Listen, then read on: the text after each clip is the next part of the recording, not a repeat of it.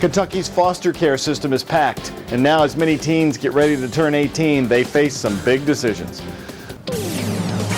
Still ahead here at 5:30, the economic gloom and doom is beginning to wear on consumers who aren't sure what to do next. What's next for those trying to protect their money? Plus, an inside look at the foster care system here in Kentucky. Some rough decisions for foster care kids as they begin to age out of the system.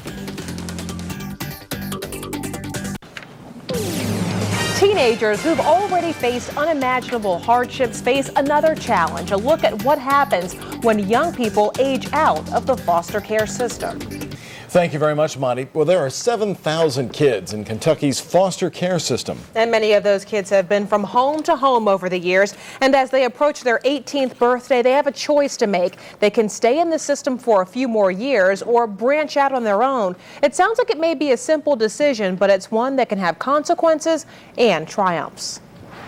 A place called Bellewood gives teenagers a home and a school on site in eastern Jefferson County. But some of these young people will be turning 18 this year. That means they have the option to stay with the foster system or move out into the world on their own.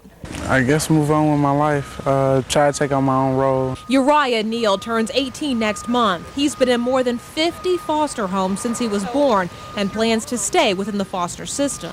A lot of times they say people is not going to make it, but I mean, a lot of times they've been telling me it my whole life, and I've been pursuing my dream as possible now. I'm in my last years of high school, so pretty much I'm just making it. He's getting some advice from 22-year-old Jeannie Yarbrough. She grew up in the system too, but ultimately went on her own after she'd aged out of foster care. I was moving from place to place, different houses, paying food stamps to stay at people's houses. People who've aged out of the foster care system make up one of the fastest growing populations of the homeless. Some end up dependent on drugs or in prison. Jeannie quickly found herself homeless with her young child. I was with my little girl, so, and I never, and I knew how it was when I was homeless by myself. And for me to go through that with my little girl, that was devastating to me. Jeannie is now back in the state's care and is on track to get her college degree. The staff at Bellewood know the challenges these teens face as they age out of mandatory foster care. They want the community to know, too.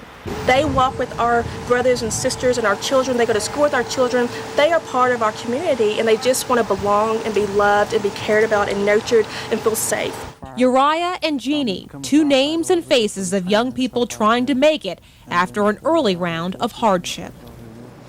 And in 1999, the federal government passed a law prohibiting states from putting kids on the streets when they age out of foster care. So states now have to offer some services. Some child care advocates, though, say there are not enough services out there.